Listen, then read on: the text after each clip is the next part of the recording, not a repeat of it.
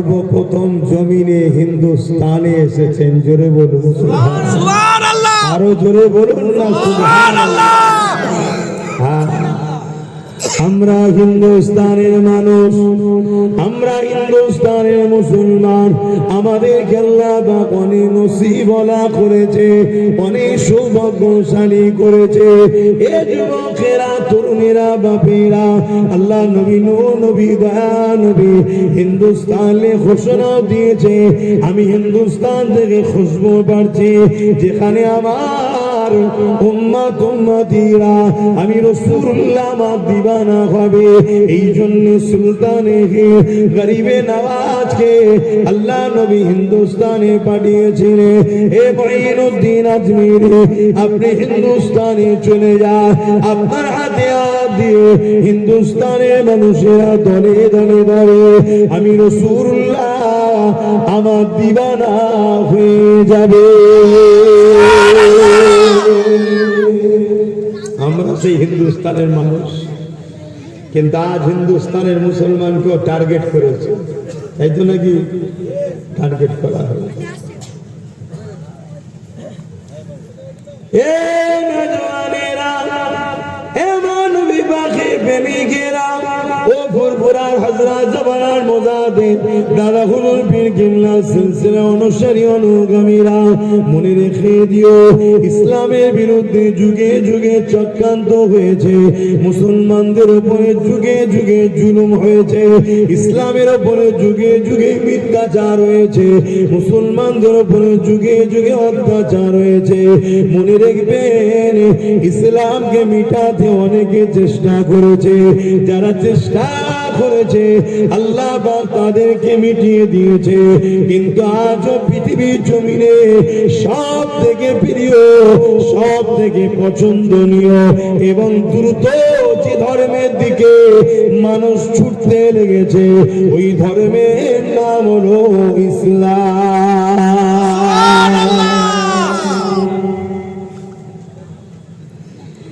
আমার নওজওয়ানেরা, তরুণেরা, আমার নবী পাকের প্রেমিকেরা, ইতিহাস গাওয়া দেয় আল্লাহ নবী নবী নবী যখন মক্কা জমিন ইসলামের কথা বললে, আল্লাহ নবী যখন দ্বীনের কথা বলতে লাগলে, আল্লাহ নবী যখন নাহের কথা বলতে লাগলে, এখানে আরো একটা কথা মনে রাখবে, ইসলাম কাকে বলে এটাও আমাদেরকে একটু জানতে হবে। আমরা শুধু মনে করি ইসলাম মানে দাড়ি, টুপি, নামাজ, রোজা, হজ, যাকাত। এটা আমাদের মধ্যে একটা কক্ষিগত প্রচার হচ্ছে। ইসলামে নামাজ আছে, ইসলামে রোজা আছে, ইসলামে হজ আছে, ইসলাম দাড়ি টুপির কথা বলেছে, কিন্তু ইসলাম এগুলো ব্যক্তি জীবনের কথা। আপনি নামাজ পড়বেন আপনার লাভ, সমাজের কোনো লাভ না। আপনি রোজা রাখবেন আপনার লাভ, সমাজের লাভ না। আপনি হজ করবেন, আপনি হাজী সাহেব, সমাজের কি লাভ? এটা আপনার ব্যক্তি জীবনের ইবাদত, এটাও ইসলাম। কিন্তু অ্যাকচুয়ালি ইসলাম অন্যায়কে মিটিয়ে ন্যায়কে প্রতিষ্ঠিত করার নাম হলো ইসলাম। জোরে বলুন সুবহানাল্লাহ। এটা মানুষ ভুলে গেছে, আর এটা বড় প্ল্যান করে ভুলানো হয়েছে। কারা ভুলিয়েছে? আজকের ফেরাউন যারা হতে চায়, আজকের নমরুদ যারা হতে চায়, আজকের এজিদ, আজকের আবু জেহেল, আজকের উতবা, আজকে যারা মানুষের প্রভু হওয়ার স্বপ্ন দেখছে, তারা আজকে এইগুলো আমাদেরকে প্ল্যান মাফিক ভুলিয়েছে। কাদের দ্বারা? মোল্লা মৌলী সাহেবদের দ্বারাই ভুলিয়েছে। শুধু একটাই হজ, নামাজ রোজা, নামাজ রোজা, দাড়ি টুপি, হজ যাকাত, নামাজ রোজা, দাড়ি টুপি, হজ যাকাত।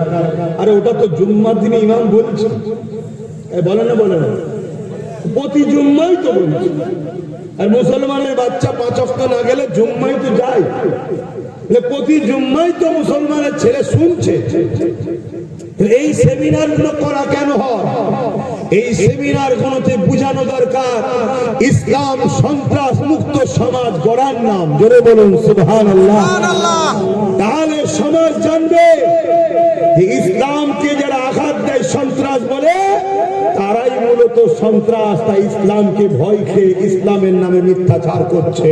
কারণ ইসলাম সন্ত্রাস মুক্ত সমাজ গড়ার নাম হলো ইসলাম। জোরে বলুন সুবহানাল্লাহ। এটা এখানে বলা দরকার। ইসলাম দুর্নীতি মুক্ত সমাজ গড়ার নাম। ইসলাম লুট মুক্ত, চোর মুক্ত, রেপ মুক্ত, খুন মুক্ত, অত্যাচার মুক্ত একটা শান্তি সাম্য সমাজ গড়ার নাম হলো ইসলাম। জোরে বলুন সুবহানাল্লাহ। যেখানে এতিমের অধিকার এতিম পাবে, বিধবার অধিকার বিধবা পাবে, গরিবের অধিকার গরিব পাবে, বাপমার অধিকার বাপমা পাবে, অসহায়ের অধিকার অসহায় পাবে। মুসলিম মুসলিমের মতো, অমুসলিম হলেও তার উপরে কোনো জুলুম হবে না, অন্যায় হবে না, অত্যাচার হবে না, তার উপরে প্রেসার হবে না।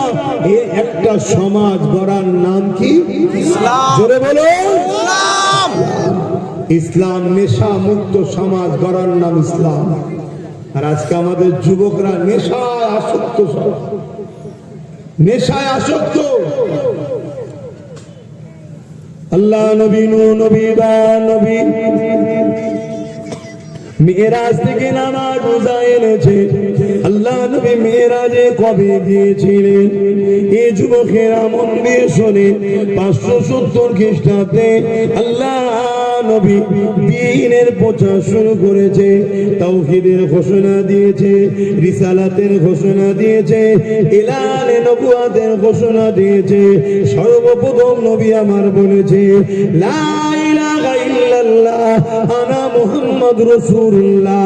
এই ঘোষণাটা দিয়েছে 570 খ্রিস্টাব্দে নবী দুনিয়ায় এসেছে। 40 বছর বয়স হওয়ার পর নবী আমার এই ঘোষণাটা দিয়েছে। 514 এর সঙ্গে 40 কে যোগ করলে 610 হয়। এই 610তে নবী আমার এই ঘোষণাটা দিবার পরে আল্লাহ নবীর প্রথম কাজ কি ছিল? মক্কা থেকে শুরু করে তাম পৃথিবী জমিনে নারীদের ইজ্জত ছিল না। নারীগুলোকে ভোগের পাত্রী বানানো হয়েছিল, নারীগুলোকে জ্যান্ত জ্যান্ত পুঁতে দেওয়া হতো, নারীদেরকে হত্যা করা হতো। তাদের ধারণা ছিল নারী হলো অশুভ, নারীদের বাঁচার কোনো অধিকার নাই। এ নওজওয়ানেরা, আল্লাহ নবী মক্কা থেকে আওয়াজ তুললে, এ দুনিয়ার বাপেরা তোমরা নারীদেরকে জ্যান্ত পুঁতে দিও না, নারী অশুভ নয়। মহান স্রষ্টা কন্যা সন্তান মায়ের পেটে দেয়, মহান স্রষ্টা পুত্র সন্তান মায়ের পেটে দেয়। এই কন্যার পুত্র মিলিয়ে দুনিয়া জমিনে মানুষ জাতির নারী পুরুষের মাধ্যমে মানুষ জাতির বিকাশ ঘটবে। আমি মুহাম্মদ রাসূলুল্লাহ জানিয়ে দিই, নারী অশুভ নয়। কারো ঘরে যদি প্রথম কন্যা সন্তান জন্ম হয়, এর মানে ওই নারীর বাবাকে মহান স্রষ্টা শান্তি জান্নাতের সুসংবাদ দেয়। আরে জোরে বলুন সুবহানাল্লাহ। ইসলাম একমাত্র ধর্ম যে ধর্ম কন্যা সন্তান হলে জান্নাতের সুসংবাদ পায়। এই খবরটা দিচ্ছে। এই আওয়াজটা দরকার আছে না? এই আওয়াজটা এটা মসজিদে হয় না, কিন্তু মসজিদে নামাজের আলোচনা হচ্ছে হোক, রোজার আলোচনা হচ্ছে হোক, দাড়ি টুপির আলোচনা হচ্ছে হোক, কিন্তু আজ নতুন করে পৃথিবীতে আবার নারীদের উপরে জুলুম অত্যাচার শুরু হয়েছে। কন্টিনিউ মিডিয়া খুলুন, রেপ যেন আম হয়ে গেছে, নারীদের উপরে অত্যাচার আম হয়ে গেছে। এই কিছুদিন আগে আপনাদের এলাকার পুরুলিয়াতে সম্ভবত এক আদিবাসী ছোট্ট একটা বোনকে স্কুলে পড়াবো তার শারীরিক নির্যাতন করে তাকে টুকরো টুকরো করা হয়েছিল।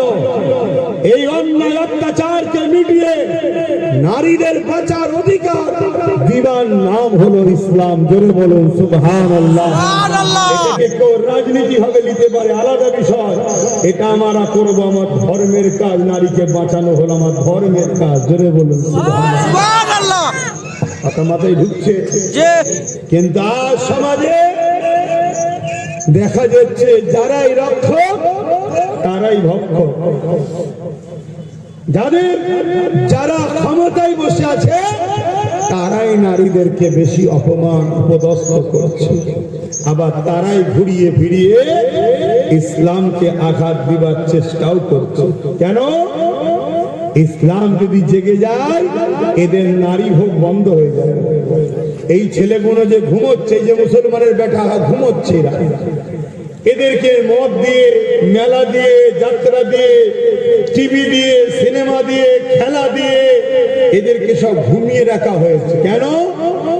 জালিমরা জানে, ফেরাউনরা জানে, সাদ্দাত নমরুদরা জানে যে একটা মুঈনুদ্দিন হলেই ভারতবর্ষে যথেষ্ট। জোরে বলুন সুবহানাল্লাহ। এদেরকে ঘুম পড়াও, এরা জেগে না যায়। এরা যদি জেগে যায় তাহলে আজকে নারী দেহ শোষণ যে ভোগ চলছে, নারীদের যে অপমান হচ্ছে, এই অপমান যারা করছে এদের দুনিয়ায় টিকে থাকার জায়গা খুঁজে পাবে না। এরা যদি জেগে যায়, এটা চক্রান্ত চলছে একটা। কিন্তু আমার কম, আপনারা তো আপনার ধর্মকেই বুঝতে পারলেন না। আপনাকে আল্লাহ পাঠালো কেন? আল্লাহ যে দুটো চোখ দিলেন কি জন্যে? আল্লাহ যে দুটো হাত দিলেন কি জন্যে? আল্লাহ যে দুটো পা দিলেন কি জন্যে? আল্লাহ যে জবানে কথা দিলেন কি জন্যে? এ যুবকেরা এবং তোমাকে আমাকে আল্লাহ পাক খায়রুল উম্মাহ বানিয়েছে। কুনতুম খায়রুল উম্মাহ উখরিজাত লিন-নাস তা'মুরুনা বিল মা'রুফ ওয়া তানহাউনা আনিল মুনকার। এ দুনিয়ার মানুষেরা, এ বাঁকুড়া জেলার মানুষেরা, ও দাদা পীরের সিলসিলা অনুসারী অনুগামীরা, এ নবী দিবানারা, মন দিয়ে শোনো, বিশেষ করে যুব সমাজ শোনো। আল্লাহ তোমাকে আমাকে শ্রেষ্ঠ উম্মত করে পাঠিয়েছে। কেন পাঠিয়েছে? আমাদেরকে আল্লাহ দুটো কাজ দিয়েছে। অন্যায় দেখলে মিটিয়ে দাও, ন্যায়কে প্রতিষ্ঠিত করো। অন্যায় মিটাতে গিয়ে যদি তুমি মারা যাও, অন্যায় মিটাতে গিয়ে তুমি যদি অন্যায়কারীদের হাতে মারা যাও, এ যুবকেরা শুনে রেখে দাও, কিয়ামতের দিনে সাহাবাদের কাতারে হাসর নাসর হয়ে আল্লাহর জান্নাতে যাবে। লড়াই করতে গিয়ে আল্লাহ যদি তোমাকে আমাকে বিজয় দেয়, আল্লাহ যদি তোমাকে আমাকে ফতেহ দেয়, আল্লাহ যদি তোমাকে আমাকে কামিয়াবি দেয়, তাহলে তুমি কি পাবে? দুনিয়াতে ইজ্জত পাবে, দুনিয়াতে সম্মান পাবে, দুনিয়াতে খলিফা হবে, দুনিয়াতে রাজত্ব চালাবে, দুনিয়ার মানুষ তোমাকে আপন করবে, দুনিয়ার মানুষ তোমাকে সম্মান জানাবে, তোমাকে দুনিয়ার মানুষ আপন করে নেবে। এই সম্মান দুনিয়াতে পাবে এবং পরকালেও আল্লাহ তোমাকে জান্নাতি বানিয়ে দেবে। আরে জোরে বলুন সুবহানাল্লাহ। আল্লাহু আকবার, আল্লাহু আকবার। আমার নবী সাহাবারা কি করেছিল? বলো কি করেছিল? আরে নামাজ তো মেরাজ থেকে এসেছিল। 11 বছর পর, নবুয়তের এলানের 11 বছর পর নবী মেরাজে গেছে। 610-এ এলান করেছে আমি মোহাম্মদ আল্লাহর প্রেরিত রাসূল।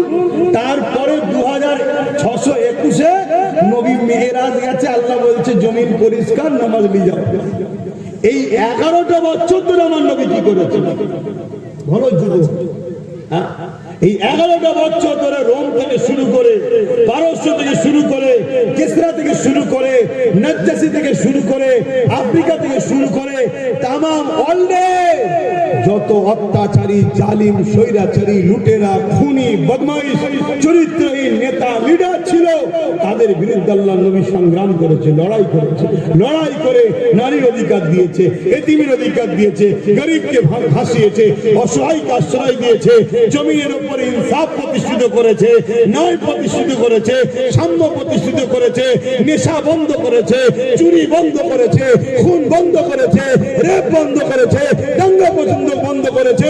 সব করে জমিন যখন পরিষ্কার, আল্লাহ তখন দাওয়াত দিচ্ছে, বন্ধুরা আসুন। তখন নবী মেরাজে গেছে, আমার নবীর দিদার হয়েছে আল্লাহর সঙ্গে। আল্লাহ বললেন যান, ওই পরিষ্কার বাগান তো এখন তার ফিতনা ফাসাদ নাই, এবারে যান নামাজের চাষ করুন। শুনছেন তো নাকি? আর শুনছেন তো নাকি? এই যুবকরা, আমি যুবকদের রজ করছি, শুনছো তো নাকি? তো তোমাদের কাজ এটা না? আল্লাহ তো দুটো কাজ দিয়েছে, অন্যায় মিটাও, ন্যায়কে প্রতিষ্ঠিত করো। ধরো একটা কোম্পানিতে তুমি চাকরি করো, তোমাকে একটা মাল দিয়েছে কলকাতায় রেখে আসো, তুমি যদি না রেখে আসো তোমাকে মাইনে দেবে? কোম্পানি তোমায় রাখবে? তা আল্লাহ তোমায় সৃষ্টি করেছে, দুটো চোখকে দিয়েছে আল্লাহ। জবান খোলো, জবান খোলো। পাথরের মানুষের এটা মানায় না, খাটাখাটনি লোক, পাথরের এলাকার পাথর লোক, অন্য জায়গার লোক ঝিমিয়ে যায়।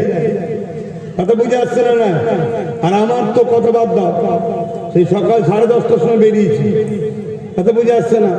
ভেঙে চুরে গাড়ি কষলে কষলে কষলে ভেতর যন্ত্রণা করছে, তারপরে সে তাও 8 ঘন্টা লাগবে। তাহলে একটা জলসা ধরতে গেলে আগের দিন বেরোতে হবে। বলছে যে আমাদের তার কিছু কাজ নেই, তোমার এখানে সে বসে থাকি। শুনছেন তো নাকি? ভাই ভাই আনন্দ করছি, খারাপ লেবে নেবার জন্য। কেন এখন তো সব মুরিদ আর সে মুরিদ নেই, এখন মুরিদের ঝাঁঝ হয়ে গেছে। পীরকে মুরিদে আব্বা করতে হবে, পীর সাহেব মুরিদকে আব্বা করছে। তবে শোনো, আব্বাস সিদ্দিক কিন্তু ও লাইনের লাইন দিচ্ছি, নিতে পারলে ভালো, না নিতে পারলে মুরগি যাও, আমার কিছু করার নেই। ছেলের মতো ছেলে হলে অবশ্যই বিপদের সময় ঘরে ঢুকিয়ে নেবো। আর যদি বিপদের সময় আগে থেকে দরজা দিয়ে দিতে হবে, কেন ফেতনা বাইরে থেকে নিয়ে আসবে, ও ফেতনা বাইরে থেকে নিয়ে চলে আসবে, বিপদ হয়ে যাবে। কথা কিছু বুঝছেন তো নাকি? আমাদের দুটো কাজ দিয়েছে কে? যিনি দুটো হাত দিয়েছে, যিনি দুটো চোখ দিয়েছে, কে দুটো কান দিয়েছে, কে দুটো কিডনি দিয়েছে। এখনো আমাকে আপনাকে বাঁচিয়ে রেখেছেন কে? আল্লাহ। সেই আল্লাহর কাজ করবেন না? করবেন না? দুনিয়ায় মাতাল কাজ দিলে কাজ করেন, চোর কাজ দিলে কাজ করেন, খুনি কাজ দিলে কাজ করেন, চিটিংবাজ কাজ দিলে কাজ করেন, ইসলাম বিদ্বেষীরা কাজ দিলে তার হয়ে কাজ করেন। সবার জন্য কাজ করছেন, আপনার মহান স্রষ্টার জন্য কাজ করবেন। তিনার হুকুম। জাগো মুসলমানের বাচ্চারা, ও আমির উম্মতেরা জাগো, এখনো সময় আছে, জেগে দাও।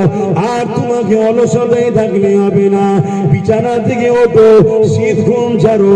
মাচানে বসার জন্য দুনিয়া শুনি, ক্লাবে বসার জন্য দুনিয়া আল্লাহ পাঠায়নি, পার্টি অফিসে বসার জন্য দুনিয়া আল্লাহ পাঠায়নি। এ যুবক জাগো, এই জমিনে নারীদের উপরে অত্যাচার হচ্ছে, নারীদেরকে বাঁচাবার জন্য সংগঠিত এই জমিনের উপরে গরিবকে লুটা হচ্ছে, গরিবদেরকে বাঁচাবার জন্য সংগঠিত এই জমিনে মায়েদের উপরে অত্যাচার হচ্ছে, মায়েদের ইজ্জত বাঁচাবার জন্য সংগঠিত এই জমিনের সাথে যুব সমাজকে ধ্বংস করে দেওয়া হচ্ছে, এই যুব সমাজকে বাঁচাবার জন্য সংগঠিত এক কথায় ইনসাফকে প্রতিষ্ঠিত করো, ন্যায়কে প্রতিষ্ঠিত করো, অন্যায়কে মিটিয়ে দাও।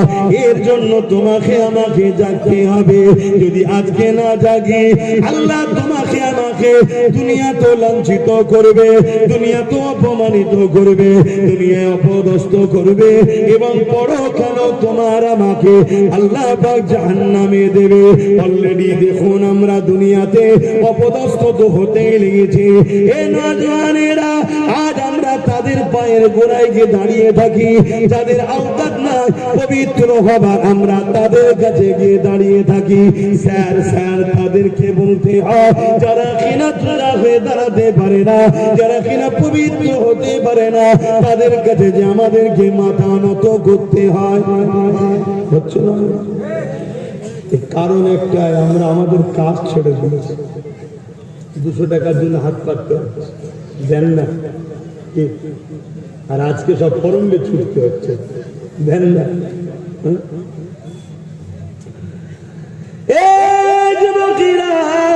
আল্লাহ নবীকে ধরো, রাসূলের সুন্নাতে জীবন গড়ো। আল্লাহ নবী সাহাবারা কি করেছে সেটা দেখো। মক্কার উপরে যে জুলুম হচ্ছিল, মক্কা আবু জেহেল বাসায় বাজে অত্যাচার করতে ছিল, আল্লাহ নবী তার বিরোধী করতে লাগলো, তাদের বিরুদ্ধে বলতে লাগলো। ওই সময় মক্কা সন্ত্রাসীরা, মক্কা জালিম নেতারা আমার রাসূলুল্লাহর বিরুদ্ধে লেগে গেল। আমার নবী পাককে বিভিন্ন দিক দিয়ে কষ্ট দিতে লেগেছে। তারা অলিতে গলিতে বাজারে হাটে ঘাটে আল্লাহ নবীর বিরুদ্ধে মিথ্যাচার করতে লেগেছে। কখনো কখনো নবীকে জাদুকর পর্যন্ত বলতে লেগেছে। নানা রকম বিদ্যায় আমার নবী পাকের বিরুদ্ধে মিথ্যা মিথ্যা প্রচার করতে লেগেছে। লাস্টে মক্কা জমিনে একটা মেলা হতো, যে মেলাটার নাম হলো কাজের মেলা। ওই কাজের মেলাতে আবু জেহেল মক্কার আগার প্রতিটা রাস্তার মোড়ে মোড়ে মোড়ে দুজন করে লোক দাঁড় করিয়ে দিল। তাদের কাজ হলো পৃথিবী থেকে যারা আসছে তাদেরকে মুহাম্মদ রাসূলুল্লাহ মিথ্যা মিথ্যা শোনাবে। আবু জেহেলের কথা মতো কাজ শুরু হয়ে গেল। লোক দাঁড়িয়ে গেল, আমার রাসূলুল্লাহর বিরুদ্ধে মিথ্যা মিথ্যা প্রচার হতে লেগেছে। যারা বাইরে থেকে এসেছে তাদের মনে একটা কৌতূহল হলো, কে মুহাম্মদ একবার দেখা যাক। এদিকে আমার নবী পাক গুটি কত ব্যক্তিকে নিয়ে দিনের প্রচার করতে লেগেছে, না এর কথা শোনাতে লেগেছে। ওইখানে তারা এসে লুকিয়ে লুকিয়ে আল্লাহ নবীর কথা শুনে, এ যুবকেরা তরুণেরা আল্লাহ নবীর কথা শুনে বাইরে থেকে যারা এসেছে তারা বলতে লেগেছে মুহাম্মদ রাসূলের মতো ব্যক্তি হতে পারে না। তারা আমার নবী পাককে এমন করে আলোচনা শুনে মনে মনে মনে মনে আমার নবীকে দিল দিয়ে বসে যায়।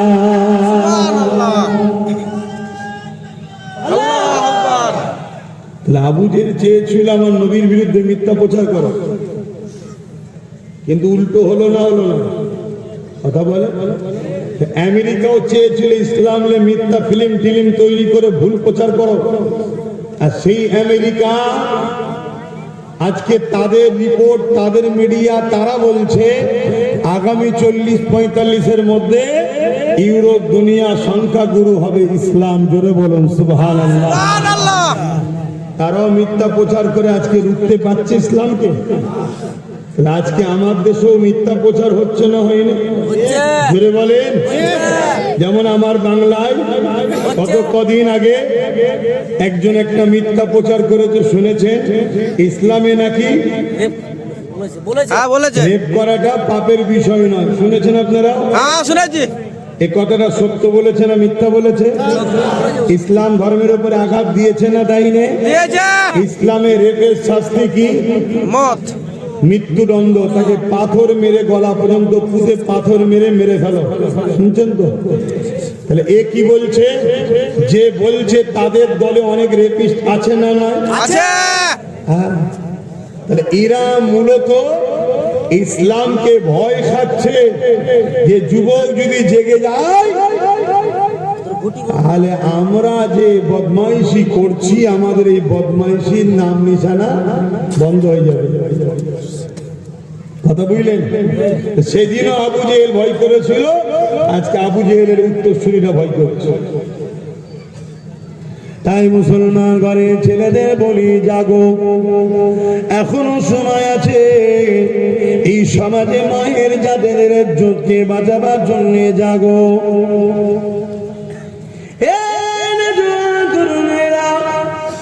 আল্লাহ নবী এখন দুনিয়া জমিনে এলেন, ওই সময় দেখা যায় দুনিয়ার বুকে বাচ্চা বাচ্চা কন্যা সন্তান কোনকে মানুষেরা চিন্ত চিন্ত পুঁতে দিতে লেগেছে।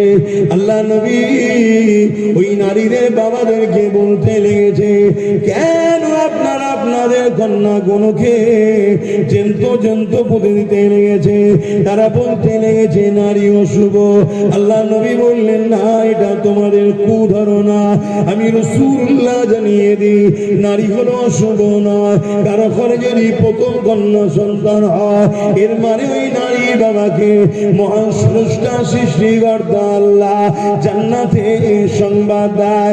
আল্লাহ নবী আরো বলেন, কারো ঘরে যদি একটা, দুটো, তিনটে পর পর কন্যা সন্তান হয়, ওই তিন কন্যার বাবা এই তিন কন্যাকে পেয়ে মনে দুঃখ যদি যদি না করে, আল্লাহ নিয়ামত মনে করে যদি ওই তিন কন্যাকে লালন পালন করে তার বিবাহ শাদী দিয়ে দিতে পারে, আল্লাহ নবী দুটো আগুন তুলে দেখিয়েছে যেমন পাশাপাশি ওই তিন কন্যার বাবা আর আমি রাসূলুল্লাহ আল্লাহ পাকের জান্নাতে পাশাপাশি থাকিব। আরো জোরে বলুন সুবহানাল্লাহ।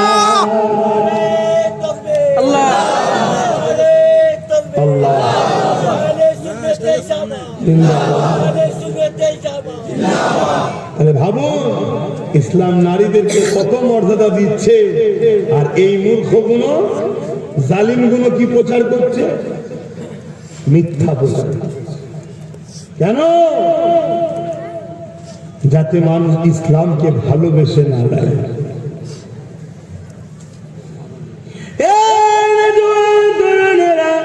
আরেকটু এগিয়ে চলে আল্লাহ নবী জানিয়ে দিলেন একটা একটা নারী একটা একটা জান্নাত। আল্লাহ নবী আরো জানিয়ে দিলেন আল জান্নাতু তাহতা আকদামুল উম্মাহাত। এই দুনিয়ার মানুষেরা তোমাদের জান্নাত হলো তোমাদের মায়ের পায়ের তলায়। প্রত্যেকটা ছেলের জান্নাত হলো তার মায়ের পায়ের তলায়। আজকে সেই মাকে বৃদ্ধাশ্রমে রাখা যারা পছন্দ করে তারাই তো ইসলামের দিকে আগুন তোলে। যারা মাকে ভালোবাসে তারা ইসলামের দিকে কখনো আগুন তোলে না। কেননা নারীর মর্যাদা মায়ের মর্যাদা ইসলাম কত দিয়েছে। এক ব্যক্তি এসে আমার রাসূলকে জিজ্ঞাসা করলো, ইয়া রাসূলুল্লাহ হাবিবাল্লাহ, আমার উপরে সব থেকে বেশি কার হক? আল্লাহ নবী বললেন তোমার মায়ের, তারপরে কাঁদ তোমার মায়ের, তারপরে কাঁদ তোমার মায়ের, তারপরে কাঁদ তোমার বাপের। এই যুবকেরা ইসলাম নারীদেরকে 3 ভাগ মর্যাদা দিয়েছে, তারপরে 1 ভাগ হলো বাপ যেটা পুরুষ। এই নারীদের সম্মান ইসলাম এত দিয়েছে। এই জমিনে নারীদের উপরে জুলুম হতো। আমার নবী এবং নবীর সাহাবারা নারীদেরকে বাঁচাবার জন্য যখন লড়াই করলো, যখন কথা বললো, ওই আবু জেহেলের মতো জালিম, উতবার মতো জালিম, সাইবার মতো জালিম আমার নবী পাকের বিরুদ্ধে লেগে গেল। এই যুবকেরা আগেকার জমানাতে গরিবের ছেলেদের ঘরে কোমরে বেল দিয়ে গলায় বেড়ি দিয়ে বাজারে তুলে বিক্রি করা হতো, যেটা আগামী দিন আবার আসতে চলেছে।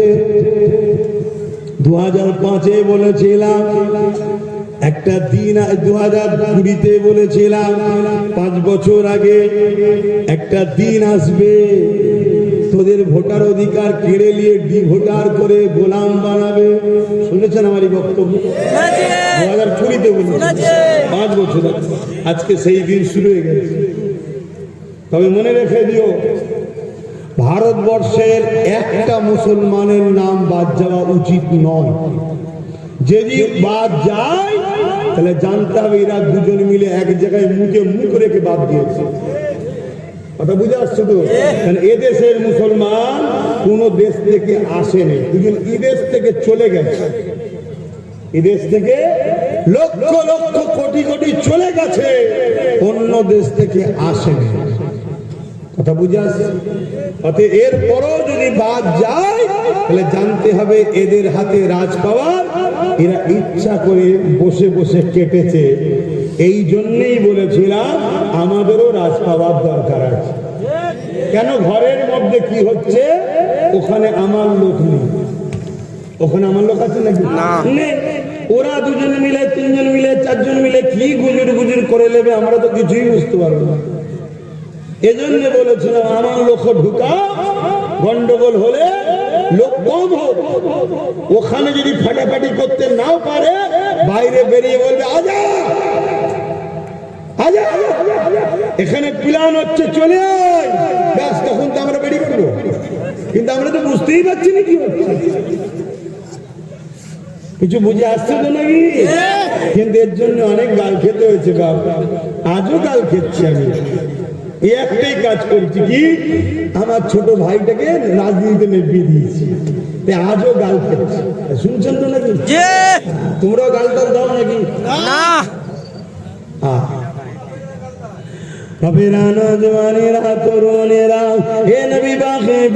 তরুণেরা, আমার রাসূলুল্লাহ সাহাবারা এইভাবে যখন দেখা যায় মানুষকে গোলাম বানিয়ে রেখেছে, দাসী বানিয়ে রেখেছে, আল্লাহ নবী তাদের আজাদের জন্য আওয়াজ দিল। যখন নবী পাক আওয়াজ দিলেন, গরীব মানুষরা আমার নবী পাকের পাশে এসে দাঁড়াতে লাগলো। শুনছেন কারা দাঁড়াতে লাগলো? গরিব মানুষরা। বলুন বলুন। গরিবরা, গরিবরা, গোলামরা, তারা আমার নবীর পাশে দাঁড়াচ্ছে। এটা হক হওয়ার একটা নমুনা, হক হওয়ার একটা নমুনা। এটা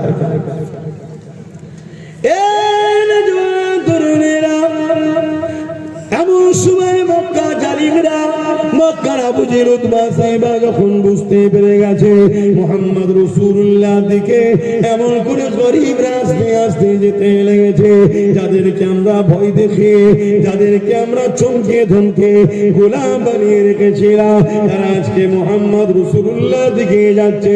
মুহাম্মদ রাসূল তাদেরকে ভালোবাসছে, তাদেরকে অধিকার দিচ্ছে, তাদেরকে আজাদ করছে, এক রব নায়ের আল্লাহর কথা প্রচার করছে, ইনসাফ ইনসানিয়তের কথা প্রচার করছে। এই সময় আবু জেহেল উতবা সাইবা দেখলো এটাকে রুখতে হবে। আমার রাসূলুল্লাহর পাশে যারা দাঁড়িয়ে ছিল, আল্লাহ নবীকে তারা কিছু বলতে পারেনি।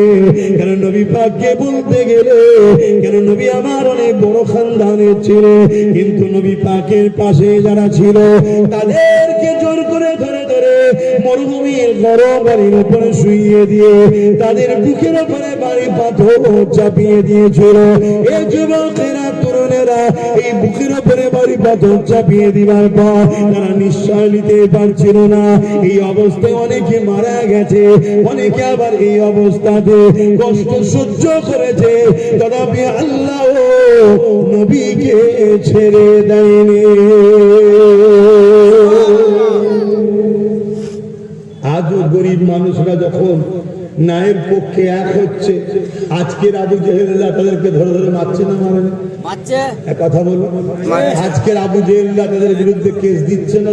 দিচ্ছে। মিলছে দেখছেন কেমন? যুগে যুগে মিলাতে হবে পুরাতন ইতিহাসের সাথে। কারবালা এমনি হয়নি, যুগে যুগে কারবালা হবে, তোমাকে টালি করতে হবে তার সাথে। কিন্তু আমাদের ছেলেরা ঘাবড়ে যাচ্ছে নাকি? মন খারাপ হচ্ছে নাকি? হতাশ হলে হবে না, ঘাবড়ে গেলে হবে না। আমার নবী পাকের কাছে এক সাহাবী এসে বলছে, হুজুর আর কত মার খাবো হুজুর, একটু দোয়া করেন, আর কত মার খাবো। আল্লাহ নবী বলছেন, এত ধৈর্য হারা হলে হয় না। বিজয় এমনি আসে না, ইনকিলাব এমনি আসে না, না এমনি প্রতিষ্ঠিত হয় না। তোমরা কি জানো পুরাতন জামানার নবীদেরকে পর্যন্ত তাদের উম্মতেরা বরাদ্দের দুটুকরো পর্যন্ত করে দিয়েছে। বনি ইসরাইল ৭০,০০০ নবী পেয়েছে, তারা তাদের নবীদের ঘরে কতল পর্যন্ত করেছে। অতএব এত ধৈর্য হারা হলে হবে না। সেই নবীর গোলাম আপনাদেরও বলে যাচ্ছে, ইনসাফ এত সহজে প্রতিষ্ঠিত হয়নি, ইনকিলাব এত তাড়াতাড়ি আসে না, বিপ্লব এত তাড়াতাড়ি ঘটে না। অনেক কুরবানির পরে দেশ স্বাধীন হয়েছে, অনেক কুরবানির পর তোমরা বাঁকুড়ার মানুষ মাথায় টুপি, মুখে দাড়ি, মসজিদ মাদ্রাসা পেয়েছো। এটা মাদ্রাসা নাকি? এটা এমনি এমনি হয় না। লক্ষ লক্ষ মা তার সন্তান হারা হয়েছে, লক্ষ লক্ষ বোন বিধবা হয়েছে, তারপরে তোমরা ইসলাম পেয়েছো, তারপরে তোমরা মেহনতের পয়সা দিয়ে ঘরটা করে এখানে ইসলামের শিক্ষা কেন্দ্র করেছো। আবার এই ঘরকে মিটাবার জন্য এখন বলছে এখানে নাকি জঙ্গি ট্রেনিং দেওয়া হয়। বলছো না? বলে না? বলছে। বলছে যাদের হাতে রাজ পাওয়ার তারা, যাদের হাতে পাওয়ার তারাই বলছে। এই তো তোমাদের দুর্গাপুরে বোলডোজার দিয়ে মাদ্রাসা ভেঙে দিল আমার রাজ্য সরকার, দেখেছেন না? দেখে কাদের করছে? যাদের হাতে পাওয়ার আছে তারা করছে। কেন করছে? লোহা ছাড়া লোহা কাটা যায় না। তাদের হাতে লোহা আছে, আমাদের হাতে নেই, তাই যা খুশি করছে। বোলডোজার নিয়ে চলে আসছে, ভেঙে দিচ্ছে। যদি আমাদের হাতেও লোহা থাকতো, উল্টো ঘড়িয়ে একটা দিলে, আমাদের হাতে নেই। আমাদের ছেলেরা কি করেছে, সারা জীবন চামচাগিরি করেছে, এর পিছনে কিছুদিন, ওর পিছনে কিছুদিন, ওর পিছনে কিছুদিন, ওর পিছনে কিছুদিন। একবারও ভাবেন নিজে প্রতিষ্ঠিত কি করে হবে?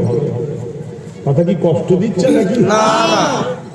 আচ্ছা বলুন তো, আপনি একটা অফিসে চাকরি করে, মাস গেলে 50,000 টাকা ইনকাম, টাই কোট পরে যাতায়াত করছেন, খুব ভালো লাগছে না? কালকে তো আপনাকে অফিস থেকে 12 করে দিতে পারে। এক কথা বুঝছেন না, বুঝেন? কালকে বার করতে পারে না, পারে না? যদি আপনার বার না হয়, একটা দিন পরে ডিউটি শেষ, একটা বয়স পরে আপনি বাদ পড়ে যাবেন। আপনার ছেলে কি অফিসে চাকরি পাবে? না, না দিতে পারে। কিন্তু আপনি ধরুন আপনাদের এই বাজারে একটা চায়ের দোকান দিয়েছেন, কি পানের ঘুমটি করেছেন, ছোট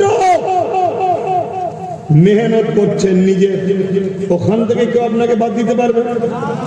ওটাকে আপনি চালাচ্ছেন, ব্যবসা চালাচ্ছেন, আপনার 50,000 মাইনে খুব জোরে 1 লাখ হবে, এর চেয়ে বেশি তো হবে না রে বাবা আপনার চাকরি জীবনের মধ্যে। কিন্তু আপনি মেহনত করলেই একটা দোকান থেকে আপনি 10টা দোকান বানাতে পারবেন। 10টা দোকানে ডেলি যদি 1000 করে টাকা হয়, ডেলি 10,000, মাস গেলে 3 লাখ। এবং নিজের আপনার পরে আপনার এই 10টা দোকানে 4টে ছেলে হলে 4টেই বসতে পারবে না, পারবে না? কিন্তু অফিসে নিজের দল করো, বুঝছো না? বুঝুন, এই জন্য আব্বাস সিদ্দিকী করেছে। আজ অনেকে গাল দিচ্ছে, দিক, জবাব তো আল্লাহর কাছে দেবে। কিন্তু যারা বুঝা তারা কিন্তু বুঝতে পারছে যে না, দেরি হোক, দেরি হোক, 10 বছর লাগ, 15 বছর লাগ, 20 বছর লাগ, একদিন কিন্তু এই গাছের গোড়া মোটা হবে, একদিন এই গাছে অনেক ডালপালা হবে, একদিন অনেক ফলমূল হবে, একদিন যারা গাল দিচ্ছে তারাও দেখা যাবে ছায়া নিতে আসছে, ফল খেতে আসছে। কথা বুঝে আসছে? দেরি করলে হবে না, খুলে দাও। আজ থেকে যদি কেউ 20 বছর আগে এটা করে দিত, তাহলে আজকে আমরা কোথায়? আজকে আমরা কোথায়? শোনো, নিজে যদি কামিয়াবি হতে না পারো, তুমি ছাড়া কেউ না কামিয়াবি না হয়, এটা জায়গাও তুমি মাথায় রেখো। তোমাকে যেন প্রয়োজন হয়, অর্থাৎ তেজপাতা হয়েও নি, দরকার হয় নুন হও, নুন। কি হও? নুন। নুন বেশি দিলেও বিপদ, না দিলেও বিপদ। তুমি ছাড়া চলবে না, নিজেকে এই জায়গায় দাঁড় করাও। কথা কিছু বুঝে আসছে? তুমি ছাড়া চলবে না, এই জায়গায় নিজেকে দাঁড় করাও, তবে তো তুমি গেনার হবে। যাক, আসেন আমার আলোচনার দিকে ফিরে যাই। আল্লাহ নবী ন্যায়ের কথা বলছিল বলে, ইনসাফের কথা বলছিল বলে, মানবতার কথা বলছিল বলে, গরিবের পক্ষে কথা বলছিল বলে, এতিমের পক্ষে কথা বলছিল বলে, গোলামদেরকে আজাদ করে দিবার কথা বলছিল বলে আমার রাসূলুল্লাহর বিরুদ্ধে তৎকালীন জালিমরা লেগে গেল। এই যুবকেরা, তরুণেরা, যারা আমার নবী পাকের কিছু করতে পারেনি, যারা নবীর পাশে যারা থাকে তাদের উপরে জুলুম অত্যাচার করছে, তাদেরকে আঘাত করতে লেগেছে। এ নওজওয়ানেরা, তরুণেরা, তাদের মধ্যে থেকে একজন সবাই আমরা চিনি, নামটা একটু জবান খুলে বলবে, ওই যে কালো মানুষটা, ধরে বলুন। চিন্তা করুন, 1450 বছর আগে নবীর গোলামি করেছে, আজকে বাঁকুড়ার মানুষ সবাই বলছে হযরতে বেলাল। কিন্তু আমার দেশের আজ থেকে 7 নম্বর আগে কি 4 নম্বর আগে প্রধানমন্ত্রী আমি জানি না, কে খোঁজ রাখবো? শুনছেন না শোনেননি? হ্যাঁ, লোক চেয়েছিল, মাথায় বসছিল, লোক চাইনে পড়ে গেছে, মরে গেছে, কোথায় চলে গেছে, ও কি খোঁজ রাখার সময় আছে নাকি? কিন্তু আমার নবীর গোলাম যে হয়, কথা বলে, কথা বলছে, তোমরাও নবীর গোলাম হও, তোমরাও নবীর গোলাম হও। মনে রেখে দেবে, 800 বছর আগে চলে গেছে সুলতান-ই-হিন্দ গরিবে নওয়াজ খাজা মঈনুদ্দিন আজমিরি সঞ্জালি রহমাতুল্লাহ আলাইহি। আজও तमाम পৃথিবীর মানুষ তাকে মনে রেখেছে। মুসলিম হোক আর অমুসলিম হোক, সবাই গরিবের নামাজের দরবারে যাচ্ছে। জোরে বলুন সুবহানাল্লাহ। কারণ রাসূলের গোলাম ছিল, নবীর গোলাম ছিল। তাহলে নিজেকেও নবীর গোলাম প্রমাণ করতে হবে, ঠিক তো নাকি? গরিব নবীর গোলাম কখনো জুলুম করতে পারে? নবীর গোলাম কখনো চিটিংবাজ হতে পারে? নবীর গোলাম কখনো চোর হতে পারে? নবীর গোলাম কখনো অত্যাচার করতে পারে? আর নবীর গোলাম কখনো অত্যাচারীকে সাপোর্টও করতে পারে না, অত্যাচারীর সঙ্গে দলও করতে পারে না। কেন? মিশকাত শরীফের হাদিস, আল্লাহ রাসূল বলেছে যে জুলুম করে জানে, জানার পরেও তাকে যদি কেউ সহযোগিতা করে, সাথ দেয়, শক্তিশালী করে, ওই ব্যক্তিটা ইসলাম থেকে বেরিয়ে যায়, ইসলামে থাকে না। শুনছো? এই অজগুলো আমার কমকে জানানো দরকার আছে না? নাই জালিমকে সাথ দিয়ে, জুলুমকে সাথ দিয়ে, জালিমকে শক্তিশালী করে আর মসজিদে গিয়ে মাথা ঠুকে বলছে আল্লাহ আমায় বাঁচান। ও তো মুসলমানই নেই রে। শুনছেন না? শুনুন, এইটা জানাবে কে? এই জন্য আমি একটু অন্য দিকের ওয়াজ করি। বাকি ওয়াজ তো আল্লাহ করে সবাই করে, আমি একটু আরো যেগুলো আছে ইসলামের সেই ওয়াজ একটু আমি বেশি করি। অসুবিধা হচ্ছে না, কিন্তু অনেকের অসুবিধে হয়। তারা ওই কোয়ালিটি, আবু জেহেল মার্কা কোয়ালিটি, তাদের অসুবিধা হয়। আপনাদের হচ্ছে না তো? যদি হয় জানতে হবে আপনি আবু জেহেল মার্কা, কিছু করার নেই। আমি তো কাউকে ব্যক্তিগত বলে বলিনি যে অমুক বদমাইশ না। আমি যখন বলি যে এই কাজ জালিম, যে সে কোনোদিন জান্নাত যাবে না, জালিমের বিচার দুনিয়াতেও হবে আখিরাতেও হবে, জালিমকে যে সাথ দেয় সে ইসলাম থেকে বেরিয়ে যায়। আপনি বলছেন এই কথা বলার কি দরকার? তার মানে আপনি জালিমকে সাথ দেন না? আপনার গায়ে লাগলো কেন? কথা বুঝে আসছে না? না, এখন দুজনের গায়ে লাগার জন্য আমার নবীর হাদিস বলা কি বন্ধ হয়ে যাবে? না। হ্যাঁ, দুনিয়া যদি সব উল্টে যায়, উল্টে যা, নবীর দিনের আলোচনা, নবীর হাদিস কখনো বন্ধ হবে না। জোরে বলুন সুবহানাল্লাহ। তাই তো নাকি? না আপনারা অন্যদিকে না, আপনাদের ধারণা কোরআন শেষ হয়ে যাবে, কারো উন্নতি শেষ হবে না এইদিকে নাকি? না। তো এত বড় কথা, কোরআনের দুশমন, আলেম ওলামারা চুপ করে বসে আছে। কি প্রতিবাদের দরকার আছে না? না। তবে হ্যাঁ, যেসব ওলামারা প্রতিবাদ করছে তাদেরকে আমি ধন্যবাদ জানাই, অবশ্যই তারা হয়, কিন্তু সব ওলামার প্রতিবাদ করা দরকার। এই কথাকে উইড্র করতে হবে, এই কথাকে ক্ষমা চাইতে হবে, এই কথা ফিরিয়ে নিতে হবে, এই কথার জন্য আপনাকে ক্ষমা চাইতে হবে। সব ওলামার বলা দরকার আছে না? না। প্রতিটা মসজিদে দাঁড়িয়ে জুম্মার খুতবাতেও বলা দরকার আছে না? নাই। যে কোরআন শেষ হয়ে যাবে যদি কেউ বলে, তাকে এই কথা ফিরিয়ে নিতে হবে। সে যদি বলে ফিরিয়ে নেব না, আমরা তার সাথ দেবো না, বলা দরকার আছে না? না। হাত তুলে বলুন আমার সঙ্গে একমত তো নাকি? একমত তো নাকি? একমত তো নাকি? এই কথাই যদি কোনো মুসলমান, এই কথাতে কোনো মুসলমান যদি একমত না হতে পারে, সে মুসলমানই নয়। এই কথাতে কোনো মুসলমান যদি একমত না হতে পারে, তার মধ্যে ঠোলটা রয়েছে মুসলমান, ভেতরে অরিজিনাল মাল ইমান চলে গেছে। শুনছেন তো? সবার আওয়াজ তোলা দরকার, সবাইয়ের কথা বলা দরকার যে আপনাকে আমরা ভালোবাসি, পেয়ার করি, আপনার সাথ দিয়েছি, আপনাকে বারবার বাঁচিয়েছি, আপনার সঙ্গে সবাই গাদ্দারি করেছে, যাদের জন্য সব করলেন তারাও আপনার সঙ্গে গাদ্দারি করেছে, যাকে অনেক পথ দিলেন সেও গাদ্দারি করেছে। করেছে না? করে। তোমাদের এইদিকে আসে আবার পূর্ব মেদিনীপুর থেকে আছে না? হ্যাঁ, তাকে কত কি দিয়েছিল, সবাই গাদ্দারি করেছে, আমরা কিছু পাইনি। তারপরেও কিন্তু আপনার কোলে বারবার উঠেছি। কেন? আপনি ডাকাতের ভয় দেখান। কার ভয় দেখান? বুঝতে পারছেন? তারপরে আপনার কোলে আছি, আপনাকে পিয়ার করেছি, কিন্তু আপনি এত বড় কথা আঘাত দিয়েছেন, এটা আপনাকে ফেরত দিতে হবে। এটা আপনাকে বলতে হবে যে ওটা আমার মিস্টেক হয়ে গেছে, ওটা আমাকে ক্ষমার নজরে তোরা দেখিস।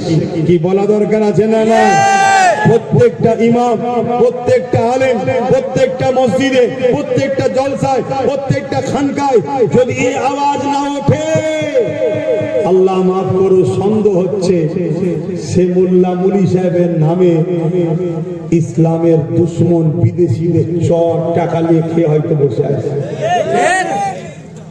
কথা বুঝে আসছে?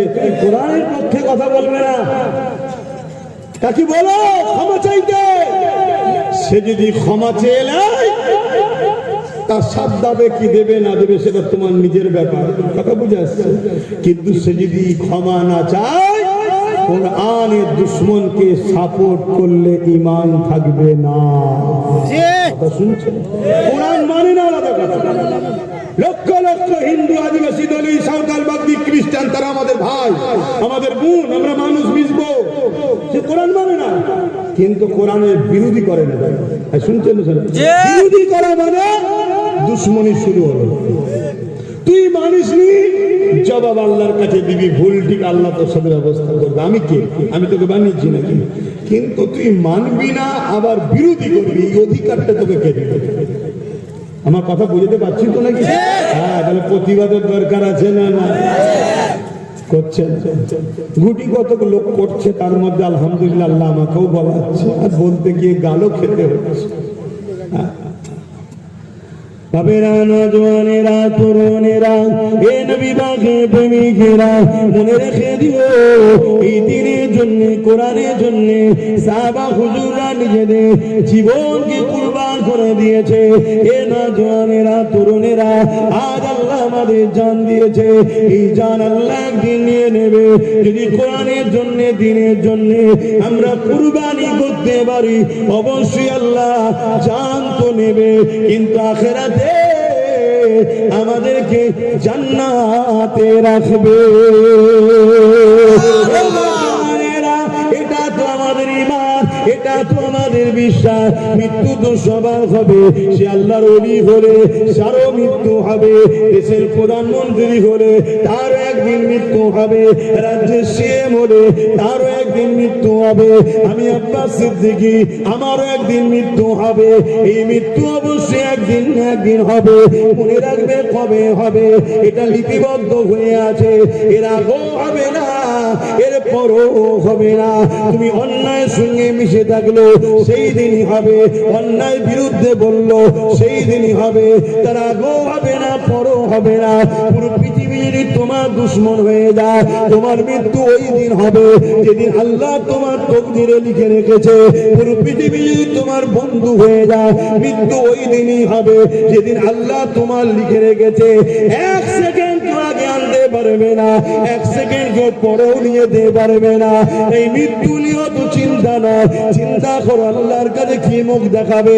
আল্লাহ যদি জিজ্ঞাসা করে, ওরে আমার বান্দারে, জমিন আমার ছিল, আসমান আমার ছিল, আমি আল্লাহ আমি তোদেরকে সৃষ্টি করেছি, এই জমিনের উপরে তোমরা আমার জন্য কি করলি? কিছুই করতে পারলি না। উপরন্তু আমার কোরআনকে যে মিটে যাবে কথা বলে, তার তোরা সাথ দিলি কি করে? এর জবাবটা কি দেব?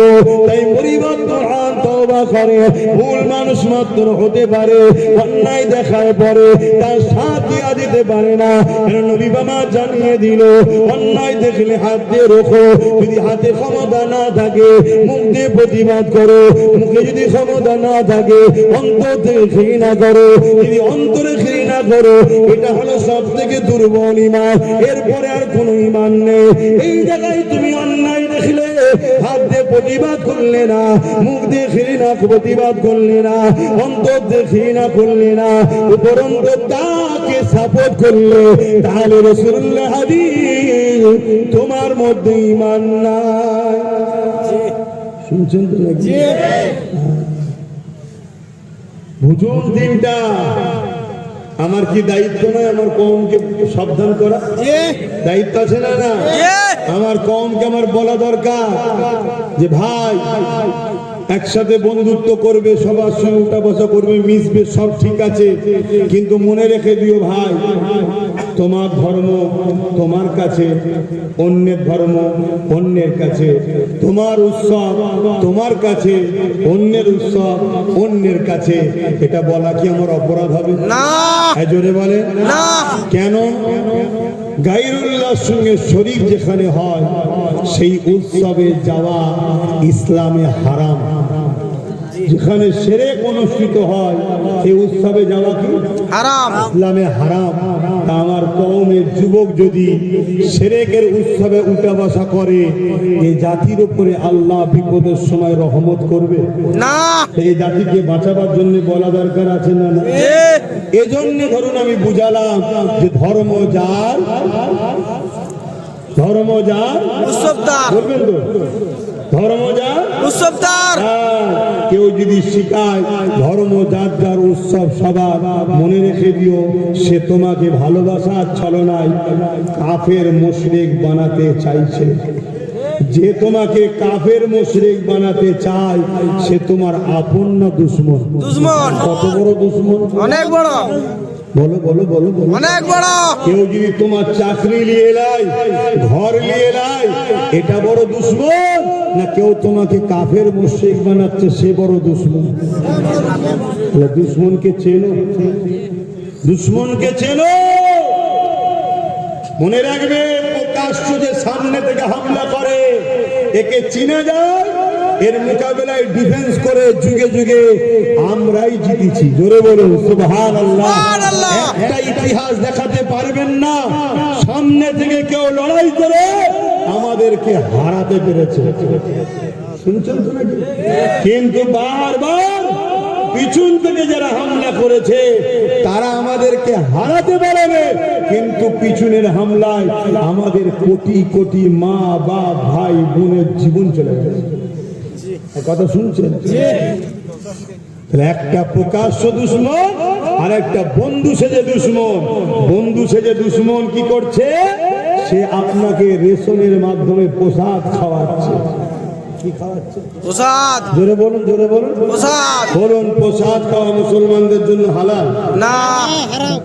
আমার অমুসলিম ভাইদের কাছে অনেক খাদ্য আছে যেগুলো তাদের ধর্মে নাকি চলে না, ঠিক না বেটি? তারা খায় না। আমি যদি তাকে খাওয়াই, এটা কি তার ধর্মের উপর আঘাত দিলাম না দিলাম না? তার ক্ষতি করলাম না করলাম না? তা আমার ধর্মে আল্লাহ ছাড়া অন্য কাউকে শরীক করা কোনো খাদ্য সেটা খাওয়া, বলবেন তো হারাম? হারাম। হারাম না হালাল বলবেন? জানেন না? হারাম না হালাল? হারাম। তাহলে কেউ যদি প্ল্যান মাফিক আমাদেরকে হারাম খাওয়ায়, তাহলে আমাদেরকে বলা দরকার, জাতিকে সজাগ করা দরকার আছে না? যে আমার কওমের মানুষ চক্রান্ত চলছে তোদেরকে কাফের বানাবার, চক্রান্ত চলছে তোদেরকে মুশরিক বানাবার, চক্রান্ত চলছে তোদেরকে আল্লাহ ও রাসূল থেকে সরাবার। এটা আমার জাতিকে সজাগ করা দরকার আছে না নাই? এই সজাগ করতে গিয়ে যদি আমার কোন মুসলিম ভাই আমার বিরোধী করে, জানতে হবে সে মুসলিম লেবাসে, ভেতরটাই সে মুসলমান নয়, অমুসলিম হয়ে আছে। কথা মাথায় ঢুকছে না? ঢোকেনি? কারণ আমি আমার কওমের মানুষকে কুফরির হাত থেকে, শিরকের হাত থেকে বাঁচাবার জন্য কথা বলতে হবে। আমার রাসূল পাক সাল্লাল্লাহু আলাইহি ওয়াসাল্লাম তিনি শিরক মুক্ত সমাজ তৈরি করেছে। আজকে সেই উম্মতকে কেউ শিরকের দিকে নিয়ে যাবে, আমাকে সজাগ করা দরকার আছে না? তাই বলবো, যারা আমাদেরকে প্ল্যান মাফিক অধিকার দিচ্ছে না, চাকরি দিচ্ছে না, কারবার দিচ্ছে না, অথচ দরদ দেখে এমন দিচ্ছে যাতে আমি মুশরিক হয়ে যাচ্ছি, এ আমার বন্ধু না দুশমন? জোরে বলো। দুশমনের থেকে সতর্ক হওয়া দরকার আছে না? না। এই কথাগুলো একটু আমি বলি, আপনারা শুনেছেন তো নাকি? এতে অনেকের কষ্ট হয়ে যাচ্ছে, তাহলে কি বলা বন্ধ করতে হবে? আপনারা যা খাচ্ছেন থেকে যান, আমি তো খাবো না। আপনারা খাচ্ছেন খান। একদিন ফেসবুকে দেখছি চায়ে গোবর মিশাচ্ছে। চায়ে কি মিশাচ্ছে? গোবর। সেদিন থেকে চা খাওয়া ছেড়ে দিয়েছে। আমার লেবার টেনশন নেই তো, তাহলে আপনারা হারাম খেয়ে সেরেকের খাদ্য খেয়ে জাহান্নামে যান, আমি চুপ থেকে এটা চাইছেন? না। আওয়াজ দিন, চাইছে? তাহলে হক কথা বলবো না হাত তুলে বলুন কারা বলছে হক কথা বলবো তো এটা বলতে গিয়ে যদি আমার উপরে বাধা আসে পাশে পাওয়া যাবে ঠিক বলছেন? ধন্যবাদ। একটা দাওয়াত দিচ্ছি, প্রথম আসো দেখি 21শে অগ্রহায়ণ। কবে? 21শে অগ্রহায়ণ। কোথায়? Knowledge city. হ্যাঁ, 21শে অগ্রহায়ণ। আপনাদের এলাকার অনেক ছেলে আমার নলেজ সিটিতে পড়ছে, আপনারাও পাঠাবেন। পুলিশের ছেলেরা পড়ে, খাতরা তোমার এলাকাও প্রচার করবে, ছেলেদেরকে পড়া পাঠান। 4 থেকে 8 ক্লাস পর্যন্ত চালু হয়েছে, এক বছর একটা ক্লাস বাড়বে। 2027 থেকে ইংলিশ মিডিয়াম স্কুলও চালু হবে এবং গার্লস স্কুলও চালু হবে। বর্তমান যেটা চালু করেছি সেটা হলো বাংলা মিডিয়াম 4 থেকে 8 পর্যন্ত। আপনাদের সবারকে বলবো নলেজ সিটিটার সাথ দেবেন। 21শে অগ্রহায়ণ যাবেন তো? ইনশাআল্লাহ সকাল 10টা থেকে সন্ধ্যের আগে শেষ হয়ে যাবে, কিন্তু গাড়িটা ভাড়া করবেন সন্ধ্যে পর্যন্ত। কেন? দোয়া করতে বক্তব্য দিয়ে যদি একটু দেরি হয়ে যায় হুড়োহুড়ি করে চলে এলে হবে না, কিন্তু আমাদের টার্গেট সূর্য ডোবার আগে প্রোগ্রাম শেষ হয়ে যায়। এবং আর একটা কাজ আছে, দুপুর ও আসর লক্ষ লক্ষ লোক একসাথে নামাজ পড়ব, তাই সাথে একটা নামাজের মুসাল্লা হোক বা পাক কাপড় হোক নিয়ে যাবেন, কেন লক্ষ লক্ষ লোকের নামাজের মুসাল্লা ওখানে ব্যবহার কোথা পাবো। আর একটা বড় কাজ আছে, সেটা হলো এটাই, দুপুর বেলার খাবারটা সাথে নিয়ে যেতে হবে। শুনছেন তো? কষ্ট হলো না। এটা দরবার নয় তো। দরবার হলে আলাদা কথা, দরবারে গেলে কি ফিরিয়ে দিয়েছি? না। এটা তো নলেজ সিটি শিক্ষা প্রতিষ্ঠানে। এখন যদি 5 লক্ষ লোক যায়, সে বলছি কখনো 5, কখনো 6, কখনো 7 ধরুন যায়, আমি গড়ে 5 ধরছি, তাহলে 20 টাকা করে যদি মাথা পিছু ধরা হয় 1 কোটি টাকা খেতে চলে যাবে। শিক্ষা প্রতিষ্ঠান করবো কোথায়? এই শেষ, ঠিক না? এই জন্য আপনাদের বললাম, যে যার খাবার, যে যার পানি। যেমন এই যে আমি জলসায় বেরিয়েছি, ওই সকালবেলায় উঠে আল্লাহ ভালো করুক, তোমার ভাই, যারা আমার ভাই হয়, যারা আমার বাপ আর আপনাদের বৌমা, আপনাদের ভাবি সকাল সকাল উঠে যাই টিফিনে কিছু করে দেয়, এই গাড়িতে বসে খেয়ে নিয়ে এসে উঠে বললাম। কথা বুঝে আসছে না? তোমাকেও বেঁধে নিয়ে যেতে হবে, নিয়ে যাবেন না? গেলে পানি খাবে, পাশে নদী আছে। তো যাই হোক ভাই, আসে একটু সালাত ও সালাম পাঠ করবো। ইয়া নবী সালাম, ইয়া রাসূল সালাম।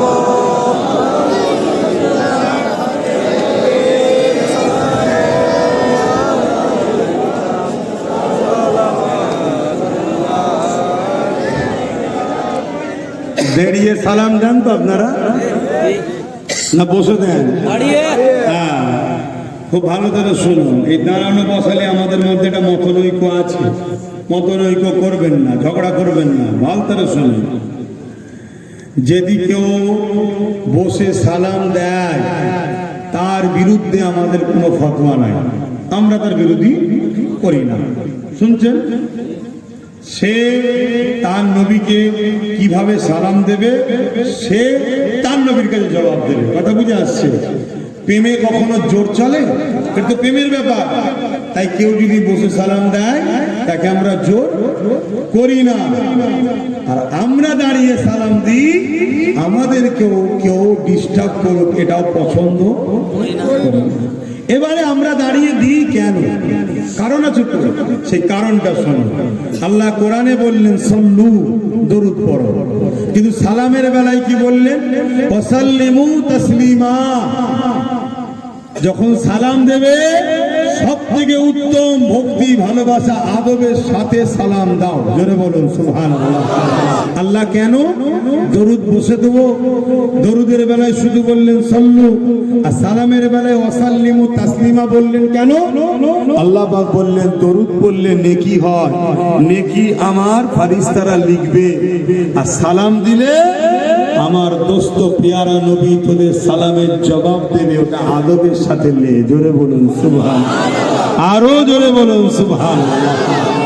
এবং মিশকাত শরীফের হাদিস, আমার নবী পাক সাল্লাল্লাহু আলাইহি সাল্লামের সাহাবা হুজুররা দাঁড়িয়ে দাঁড়িয়ে নবীকে সালাম দিতেন। জোরে বলুন সুবহানাল্লাহ। তাই আমরা দাঁড়িয়ে সালাম দিই। কথা বুঝে আসছে? ভারতবর্ষের মানুষ যিনার ওসিলায় হাদিস পেয়েছেন, আব্দুল আজিজ মুহাদ্দিস দেহলভী, শাহ ওলিউল্লাহ মুহাদ্দিস দেহলভী, আব্দুর রহিম মুহাদ্দিস দেহলভী, ইনারা সব দাঁড়িয়ে দাঁড়িয়ে সালাম দিয়েছে। জোরে বলুন সুবহানাল্লাহ। ঊনবিংশ শতাব্দীর জবানার মুজাদ্দিদ আওলাদে রাসূল শাইখুল বাঙ্গাল সৈয়দনা আবু বকর সিদ্দিক ফুরফুরাবি আল কুরাইশি রাহমাহুল্লাহ হুজুর, তিনিও দাঁড়িয়ে সালাম দিয়েছেন। জোরে বলুন সুবহানাল্লাহ। আপনাদেরকে বলবো আমরা দাঁড়িয়ে সালাম দিই, কিন্তু কেউ বসে সালাম দিলে তার বিরোধী আমরা করি না। কিন্তু আমাদের দাঁড়ানোকে কেউ যদি তুচ্ছ তাচ্ছিল্য করে তাহলে কিন্তু ফতোয়া এসে যাবে। তখন ফতোয়া আসবে সে মুনাফিক হয়ে গেছে। কেন? আমরা আদবের জন্য দাঁড়িয়েছি, প্রেমের জন্য দাঁড়িয়েছি। নবীর প্রেম ও আদবকে কেউ তুচ্ছ তাচ্ছিল্য করলে সে মুনাফিকি করলো। মনে থাকবে। আসেন যারা দূরে দূরে আছেন, রোদ তো কমে গেছে, ভেতরে তো ঠান্ডাই আছে, একটু এক জায়গায় হয়ে যান। দুয়াই যদি শরীক হতে চান তাহলে এক জায়গায় এসে হাত তুলুন। কথা শুনবেন না আর হাত তুলে সাথে কোনো লাভ হবে বলে আমার মনে হয় না। আমি একটু ভাই স্পষ্ট কথা বলা পছন্দ করি, আমি একটু স্পষ্ট কথা বলা পছন্দ করি। কারো খাই না, কারো লি না, কারো ধারও ধরি না। আল্লাহর খাই, আল্লাহ দেয়লি, আল্লাহর জমিনে বাস করি। কারো দয়া ময়াতে বেঁচে নেই। কথা বুঝে আসছে? না মোদির না দিদির, কারো তা আমি করি না। অসুবিধা হলো নাকি? মোদিকেও যে খাওয়ায় আমাকে তিনি খাওয়ায়। এদেশে তাকে প্রধানমন্ত্রী যে বানিয়েছে তিনি আমাকে মুজাদ্দেদ জামানের আওলাদ করেছে। আমি মনে করি নবীর গোলাম তিনি আমাকে বানিয়েছে, আমার মাকাম অনেক বেশি। বোঝেন না? হ্যাঁ, আমার সম্মান অনেক বেশি। কিন্তু কিছুদিনে চেয়ার চলে গেলে সব দাম শেষ। কিন্তু আজও দাদা হুজুরের কাছে কোটি কোটি লোক যাচ্ছে, চেয়ারের জন্য নয়, মুস্তাফার গোলাম ছিল তাই। যাই হোক, এই জন্য বলছি কারো খাই না, কারো নি না, কারো ধার ধরি না। তা আপনি ভালোবাসবেন আর দূর থেকে হাত তুলে বলবেন আল্লাহুম্মা আমিন, আল্লাহুম্মা আমিন। যার সাথে হাত তুলে মিলিয়েছেন তার কথা শুনছেন না, তো এই হাত মিলিয়ে কি লাভ? ওর থেকে ঘরেই দুপুরবেলা ভাত খেয়ে কম্বল মুড়িতে বা বেডশিট মুড়িতে ঘুমোলে একটু জানটা আরাম হতো। কি বলছেন? তাই তো নাকি? এই যে কমিটিকে জিজ্ঞেস করছি, কমিটি তো সোজা হয়ে দাঁড়িয়ে রয়ে গেছে, আছে তো নাকি লেড়িয়ে দেখো। এবার বুঝে যাচ্ছে আছে, এবার বুঝে যাচ্ছে আছে। আসেন ইয়া নবী সালাম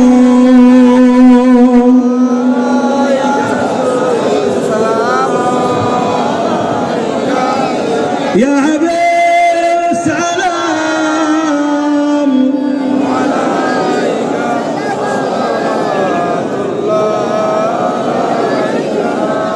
কঠিন হাসরের দিনে কি আছে মোদের কপাল,